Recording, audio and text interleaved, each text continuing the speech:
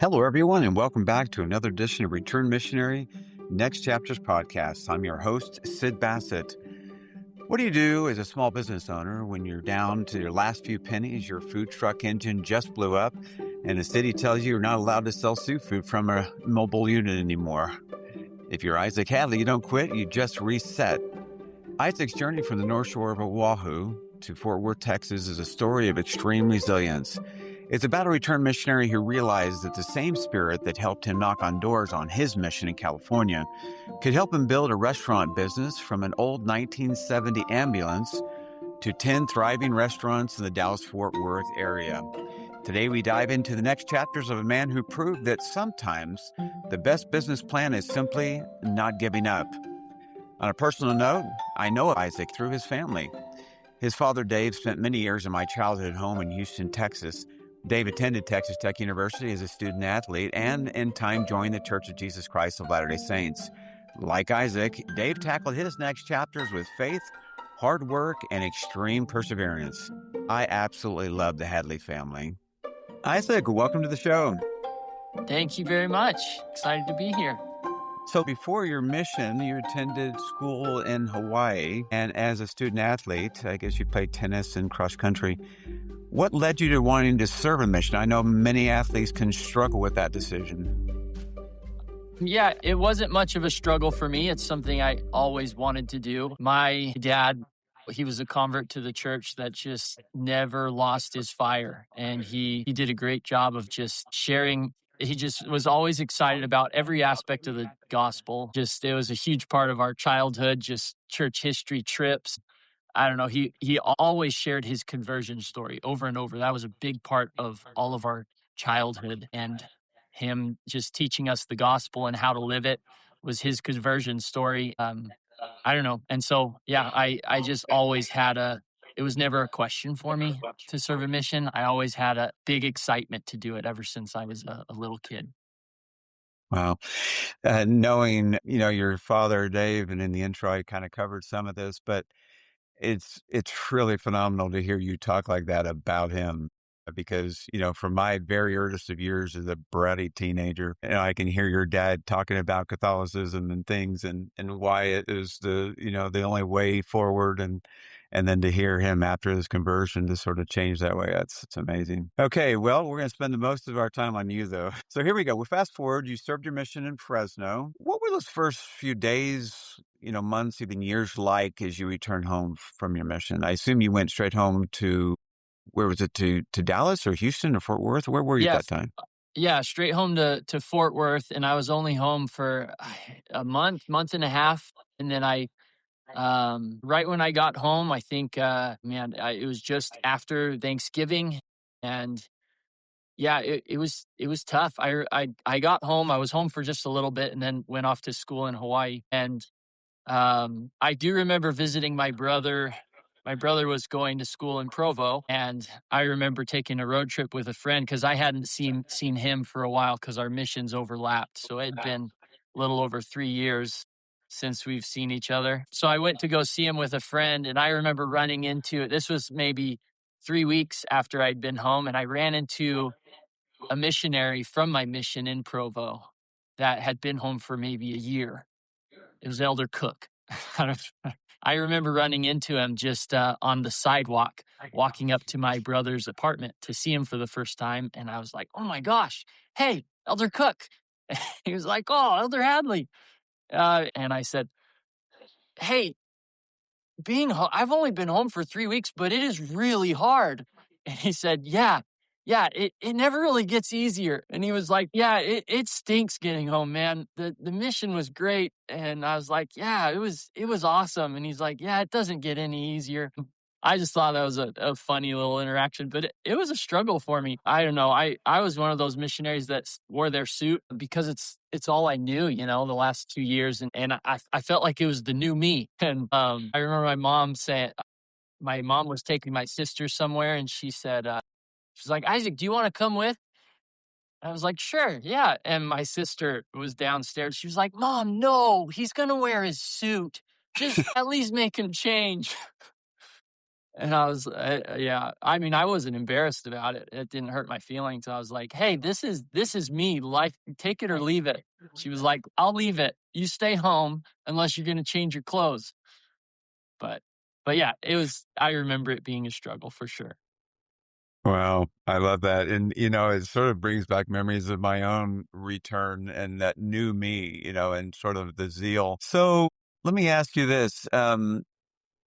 Let's fast forward. You meet your forever companion, I guess, while you're at school. You took on jobs. I love this, as a janitor, surf instructor, security guard, landscaper, pool cleaner, and even staff at the world famous Kahuku Shrimps trucks there in Kahuku, Hawaii, in the North Shore. Tell us about that chapter of your life and what that was like post mission. Yeah, I mean, a lot of it was just trying to survive as a student.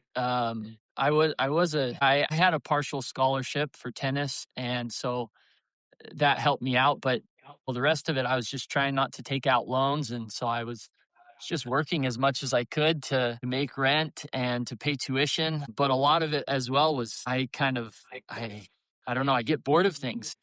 Wasn't the best employee because I was moving from thing to thing so fast, and something would seem exciting and new and fun, and so I'd want to try it out. And so it was just me just exploring things, trying things out, and just having fun with in different positions and different jobs. And I loved it. I probably missed a few on there too. I delivered pizza.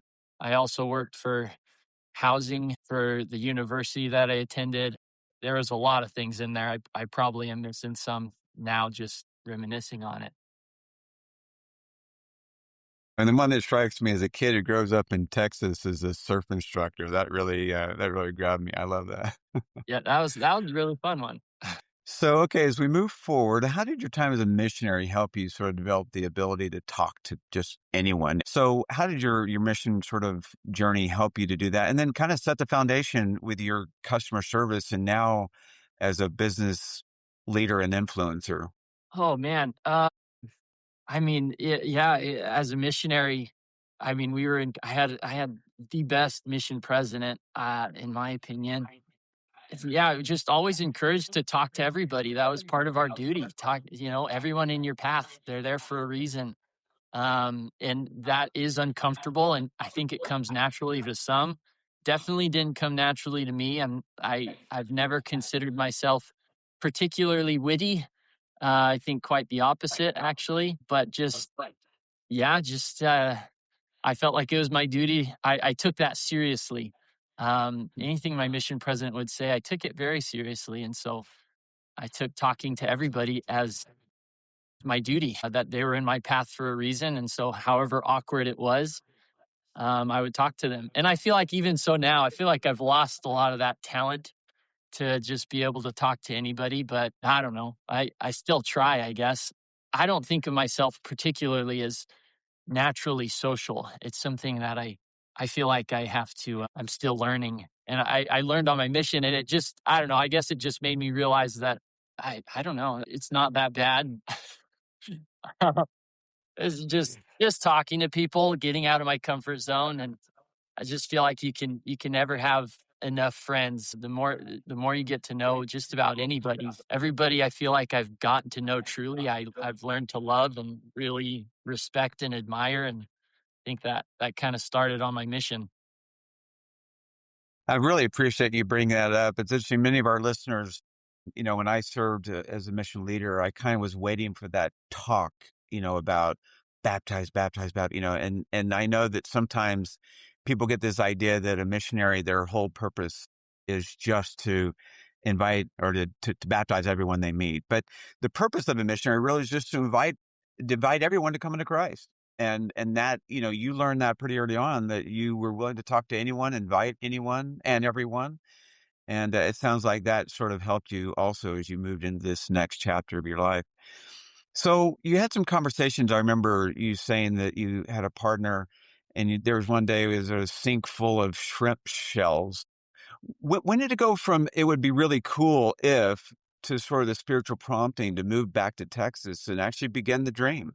Well, it was just a fun idea for a bit. Just this last week, I don't know, just it's kind of funny that you bring that up.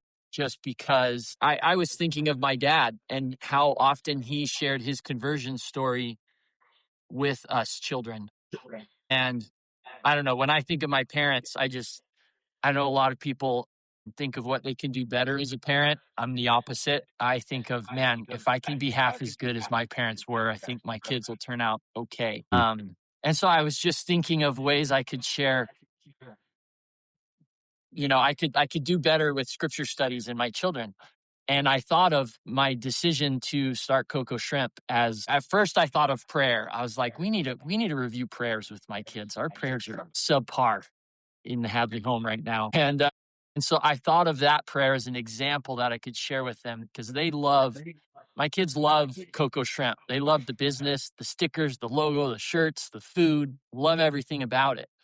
And so I thought I can share with them the story of when I received the answer to start Coco Shrimp, because it kept us going for a good 5 years, when it was really hard to keep going because of how I felt when I prayed about it. And yeah, and then I shared it with my kids, and it was just a couple days after that I was on a run with a really good friend that was just kind of in decision paralysis. And because it was so fresh in my mind, I was able to share that experience with him. So now I get to share it again, and it's pretty fresh. But it started a little bit before, because a big part of it was I had decided that I was put on this earth to join the military. So that's honestly what I thought. I joined the military. I swore in.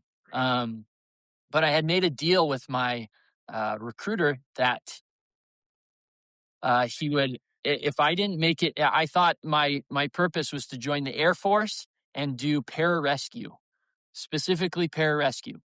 And if I didn't make it, if I couldn't get into pararescue school, I said, I just need you to guarantee me you can get me into pararescue school. He said, that's not how it works. You got to join the military. And if, a lot of people drop out of that, I'm like, I get it. But just get me into the school. Whether I drop out or not, that's up to me. But and he said, okay, he made a deal with me. All right, you join, I'll get you into pararescue school. And if I don't, then you can get out. And so I was in the military for about 2 weeks, I guess. I swore in and did everything, but I failed an eye exam. But I remember that I failed an eye exam and they wouldn't let me into pararescue school. And so he let me out. But I remember right before I swore in, I went to the bathroom and I knelt on the ground and said a prayer, because I was a scary decision. I was really nervous about the family life of special operations and pararescue, and how hard it would be on my wife and our daughter that we had at the time. She was just not even one, I think, Maya. And I was just so confused. And I remember feeling just torn, like, okay, I'm going to move forward with this decision. Heavenly Father, let me know if it's right or not. And I was so confused and so torn as I was on the bathroom floor about to swear in. And I went forward, I swore in, and then yeah, it was just a couple weeks later that I did all the medical stuff and I failed the eye exam. And they were like, sorry, you can't do pararescue. And it wasn't devastating at all. I just took it as an answer. And I was able to close that door, which is what I thought I was supposed to do. And we had talked and prayed about it a ton. But I just remember the confusion that I felt, like, I'm not sure if this is the right decision. And then the contrast of when I decided and prayed about starting a shrimp truck, probably 3 or 4 months later. It was the contrast between the two that I was able to recognize my answer. The clarity that I had in that prayer of starting a shrimp truck, I was so excited. It seemed so clear. It was such a silly kind of, I don't know, dumb decision to like, I felt like such a kid, such a immature kid. Like, I'm going to go start a food truck. I'm going to go home and I'm going to build it in my parents' backyard. And I just felt like I was going to build a tree house. But when Lauren and I prayed about it, it felt so clear.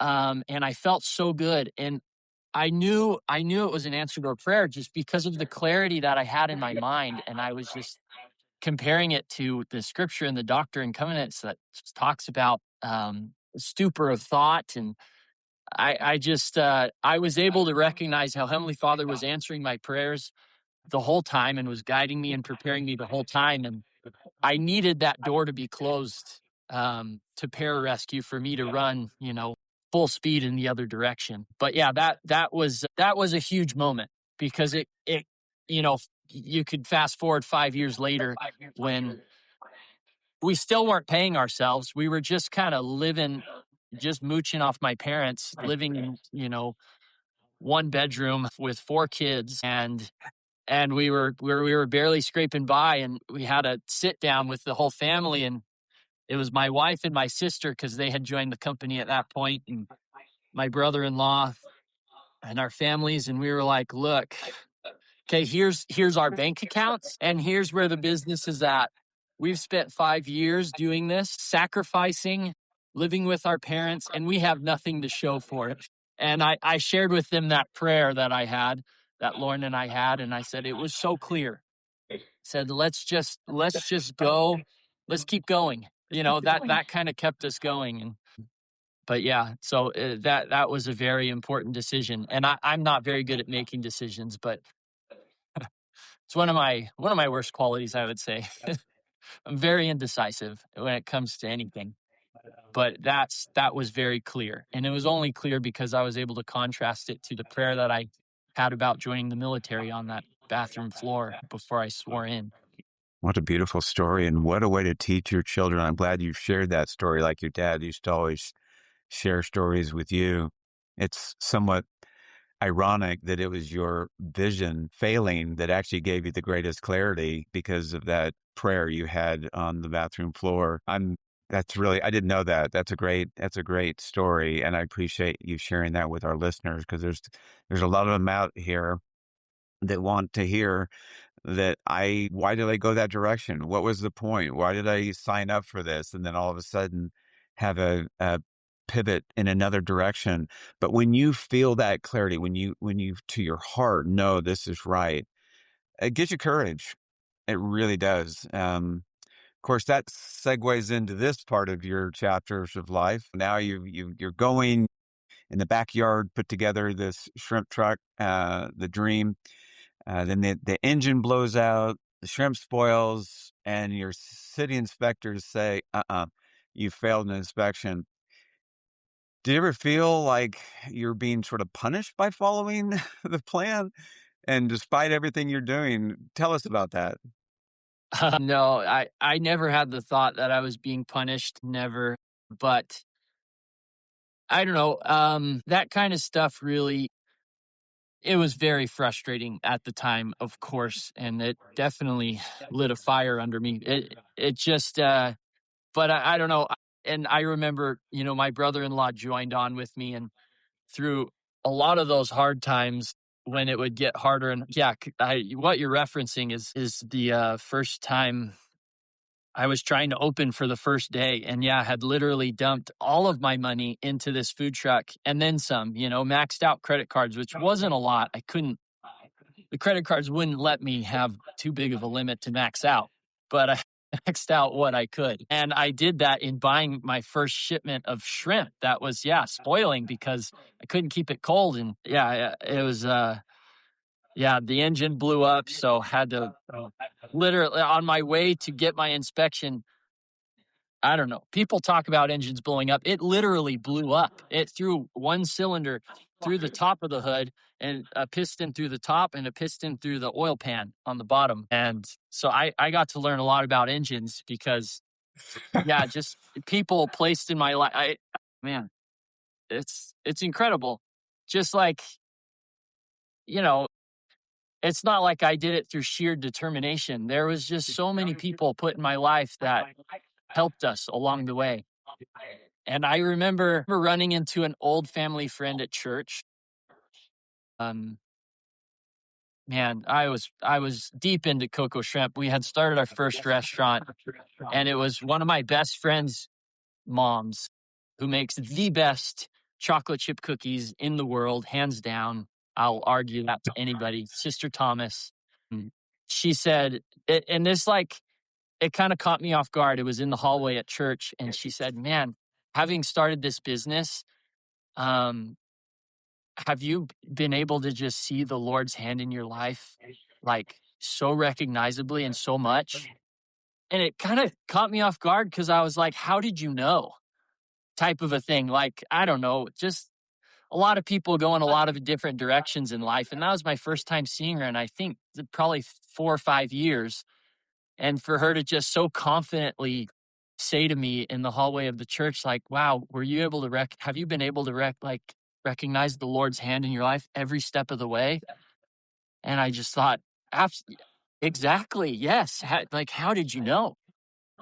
Just the amount of people, one of my neighbors who had moved away, but had moved away and had a whole shop where he built on cars. And I had his phone number and I was able to call him and say, "Hey, my engine just blew up.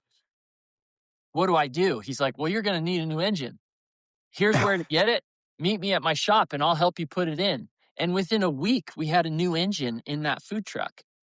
I had to get a new credit card to buy that engine, but, it was just incredible, like, the amount of people that I was able to reach out to help, I don't know, yeah, and that did help, that, I wouldn't have made it. My parents, I had the opportunity to me and my brother-in-law and our families lived with my parents for 6 years while we started this business. It was a big sacrifice for everybody, especially them, but yeah, it wasn't something I did alone, but when you look back on it and you think of how hard it was, like, I wouldn't have been able to start it without those challenges. Every single one, we learned from. Me and Jordan, he's my brother-in-law that I run it with now. I don't know. We would talk about in those moments, and this is a reference to our missions, but whenever we talked about how on our as missionaries, whenever it would get really hard and you just felt like things weren't going your way, at least for me, that is always when we would find somebody that was just ripe and ready for the gospel. I can remember the first guy that I had ever found that I met and then ended up um, just embracing the gospel and wanting to be baptized and be an active member. It was just a hard day. It was a hard day. I just felt like my Spanish didn't work, and it was the very end of the day, and he was working on his motorcycle outside of our apartment complex door, and the last thing we wanted to do was talk to somebody, because it was just one of those days that was just everyone seemed to hate us. And we talked to him, and he was just prepared. He was ready for the gospel. And it Mm. kind of followed the same pattern with Coco Shrimp. Just when things just seemed the absolute worst, we were kind of would be on the verge of a breakthrough. But yeah, we would always, Jordan and I, we spent hours and hours peeling and deveining and butterflying shrimp. And so we had lots of time to talk and share mission stories and stuff. I just absolutely love. I'm going to come back to that partnership if I could, but I'm sort of imagining this resume we got here. So, janitor, well, so collegiate athlete, right? And then janitor, surf instructor, security guard, pizza guy, landscaper, pool cleaner, and now mechanic. Well, and then shrimp deveiner or whatever. I just Oh I yeah, just love that. I love it. It doesn't matter the job. It just matters I'm following the spirit, I'm following the guidance. I'm seeing the Lord's hand in my life all the way through this. And at the end of the day, it doesn't matter what we do so much as how we do it. And I think that's an important point that I'm kind of hearing reflected in everything you say. Is not just the what, but the how that makes all the difference. So I do want to come absolutely. back to this partnership concept because I grew up in a home where my father always discouraged us from getting a partner in like an entrepreneur type of an opportunity because I think his father, I know his father had sort of following out with a close partner friend of his. And so my dad was always not, paddle your own canoe. So you're always on your own, but be careful when you go into a relationship. And now you're going into one of the most important outside of course, your partnership with Lauren, in a relationship with a brother-in-law, a member of your family. Can you tell us about that and how that's working out for you? I personally would like to hear it. Yeah, I mean, working out great in my opinion. We both live out here in Hawaii. Our homes are about we live about 2.5 miles from each other. Yeah, still every time we go back to Texas to visit, I mean, I say every time, except for this last trip, Jordan went by himself because I'm kind of wrapped up in some things out here and I couldn't leave. But we had a restaurant open just a couple weeks ago, and Jordan flew out by himself. But yeah, we still kind of do everything together, and we love talking about it and brainstorming new ideas. So we're still in it together. But yeah, it was just me in the beginning. My brother, my direct brother, was helping me out when I was first kind of getting off the ground. But he started pretty early as a school teacher, and then Jordan called.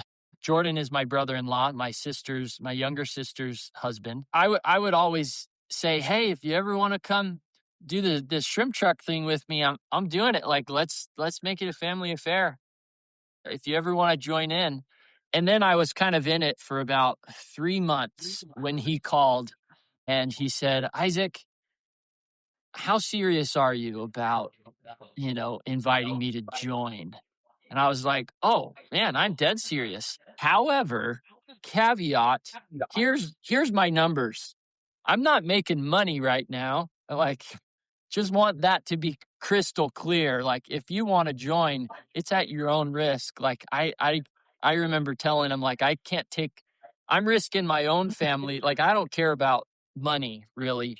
I'm having fun with this and I feel like it's the right decision, but if you want to take that risk too, I don't know how I could take on the pressure of feeding you and my sister and your daughter.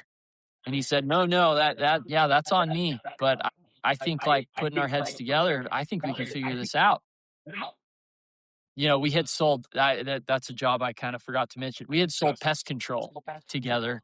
And so that's not easy. And we were able to kind of see how each other work as we did that together. We lived together as we sold pest control and got to go through that struggle together. And so we had an idea of each other's work ethic. But yeah, and so he joined, and I don't know. I don't know what's made it work. To be honest, I know that a lot of people discouraged us talking about, like, especially going into business with family, that it was a bad idea, and we just couldn't see how it was a bad idea. Now, being 10 years into it, I can see how it can ruin relationships, but it just didn't for us. And I think a big part is that I don't know, we do our best to keep everything fair, but we're not hung up too much on the money. We have ourselves fixed at a fixed salary, and the business is growing, and we're doing our best to have that the wealth that Coco Shrimp creates kind of spread outward to the employees that are running it. And I don't know, yeah, we just keep things as fair as we can between us. And nothing has really ever arisen that has caused any big arguments. Of course, we argue. I think that's part of what makes it work is it's my sister and her husband, and we're really close, so we can argue. We can call each other's ideas dumb, and I mean, we're somewhat respectful, but we banter just like siblings do. And yeah, we can be honest with each other and kind of go back and forth. And I think that's what makes it work is how honest we can be with each other about each other's ideas, about what we're doing with the money. And I don't know. Yeah, I just think a big part of it is neither of us care too much about the money. We're grateful to be working and be surrounded with people that we love, and the money just worked out. And it's enabling us to spend time with our families, which we're just every day we just can't believe we're lucky enough to be able to spend so much time with our kids. So we're extremely grateful. Well, thank you. You've taught me something today. It's not about the money, right? It's about the dream. It's about the relationships. It's about giving. I think the two of you, obviously, that's why it's successful. I mean, you are the common ingredient. to make it successful. I think too often money or control or other things sort of get in the way of these relations. No doubt, as a missionary, you learn how to get used to people that weren't necessarily exactly like you. So I'm sure that helped to some degree as well. Absolutely. So let's talk a little bit about your culture. We've got just a few more questions here. Now, I don't know. I've done some sleuthing on you, and I apologize. It may or may not be all accurate, but It's okay.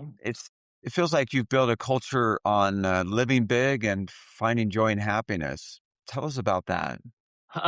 Living big. We kind of that was just I don't know where we coined that phrase. We just started saying it. Me and Jordan.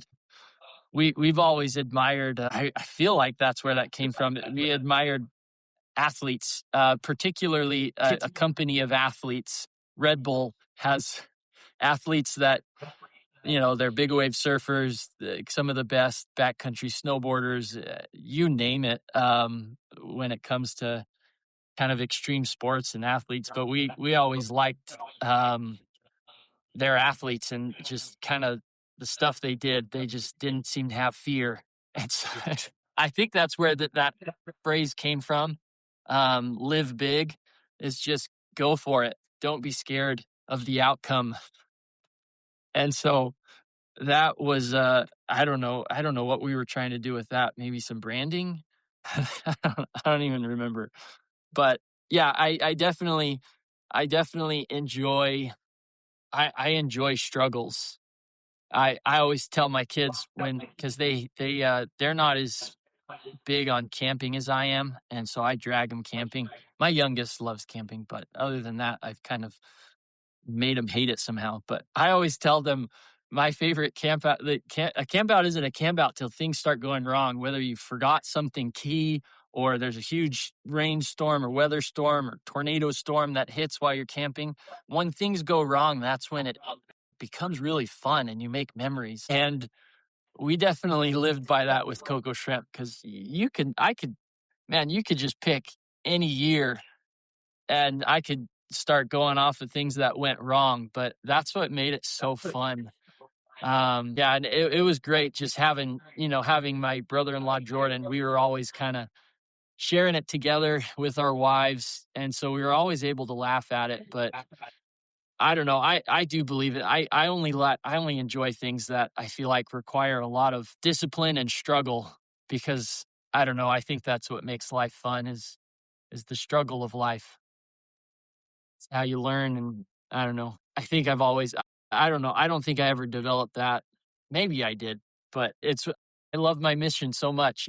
It was tricky. It was hard, but I think that's part of what makes it so. I definitely think that's what makes it so rewarding is how hard it is. It's kind of a mental battle, but it's awesome. Every second of it, I loved my mission.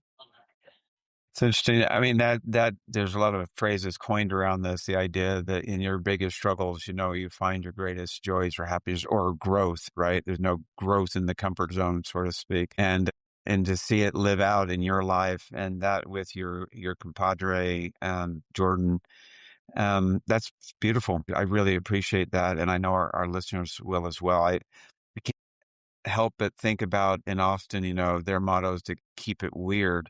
I would Yeah. love to see Dallas and Fort Worth, live big. Of course, everything is bigger in Texas anyway, so they've already got a jump start on you, but that's fantastic. Thank you.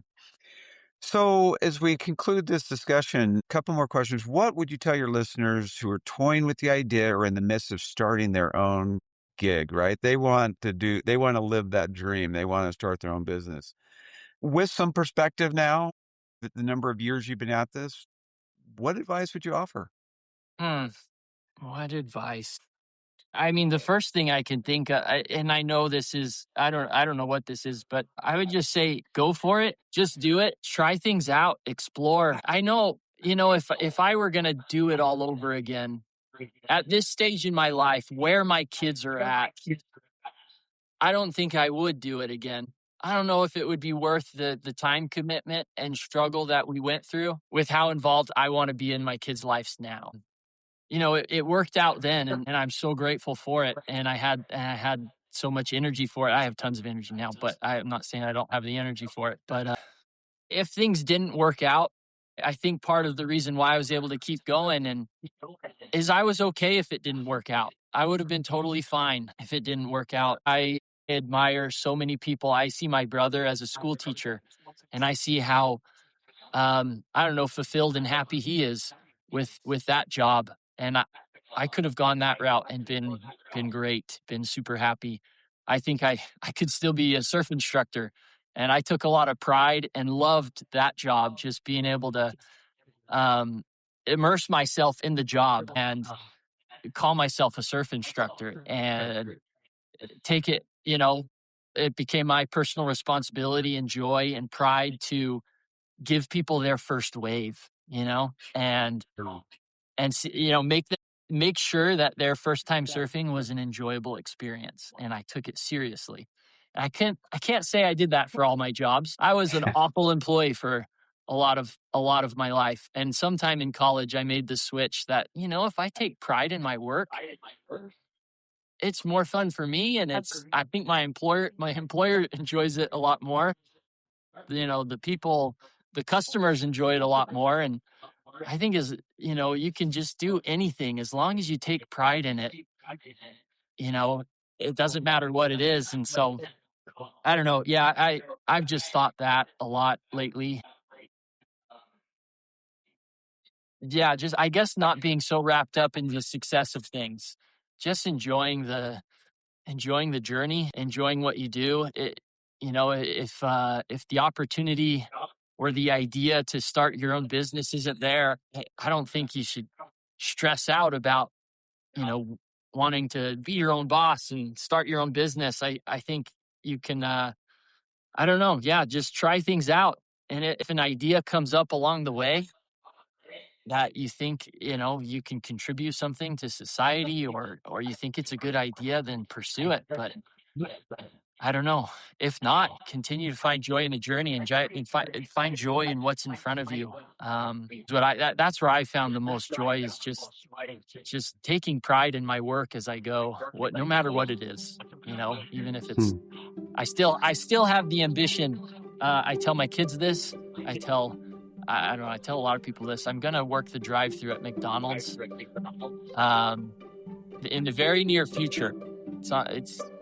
I'm going to be really bad at it, but the multitasking of taking an order and taking people's money at the same time, that's really hard for my brain to do that. My wife could do it, no problem, but it's always been a dream of mine, so I'm going to do it.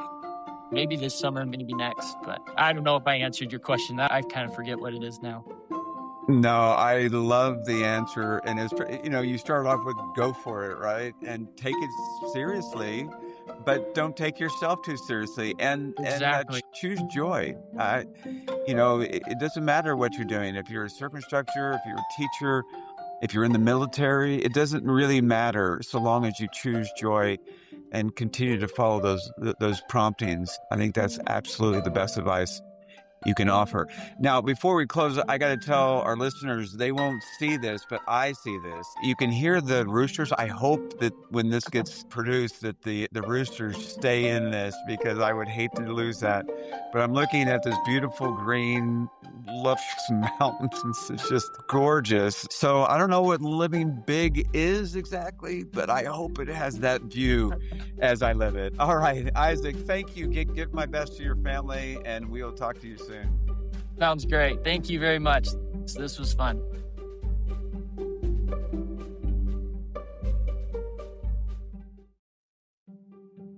We hope you enjoyed today's program. It is our sincere hope that you gain insights from these lived experiences of disciples of Jesus Christ as you navigate your next chapters in life. We look forward to having you join us each week for the unfolding chapters of our guest. Remember to follow us on Instagram at rmnextchapters. Also, you can visit us on our website at rmnextchapters.com, where you can listen to each podcast or link to your favorite podcasting platform. As always, if you have any thoughts or feedback, we'd love to hear it. Please send it to rmnextchapters@gmail.com. See you soon.